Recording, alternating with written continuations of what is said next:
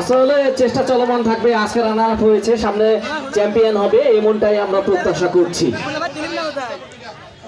আমাদের রাজ্জাক ভাই কিন্তু ঘোষণা দিয়েছে ইতিপূর্বে চ্যাম্পিয়ন হয়েছিল, এবারে চ্যাম্পিয়ন পুরস্কার ভাসানী ক্লাব, ভাসানী রাজ্জাক ভাই সহ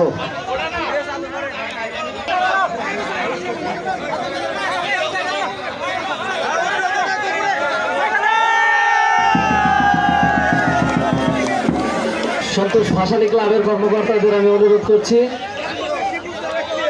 মানবতার প্রধান অতিথি অ্যাডভোকেট ফরহাদ ইকবাল সহ বরেণ্য অতিথির হাত থেকে পুরস্কার গ্রহণ করার জন্য। সবাই মিলে একটু করে দাঁড়িয়ে সন্তোষ ভাসানী ক্লাবের জন্য চ্যাম্পিয়ন পুরস্কার গ্রহণ করছেন। পুরস্কার তুলে দিচ্ছেন মামাটি মানুষের প্রিয় নেতা অ্যাডভোকেট ফরহাদ ইকবাল।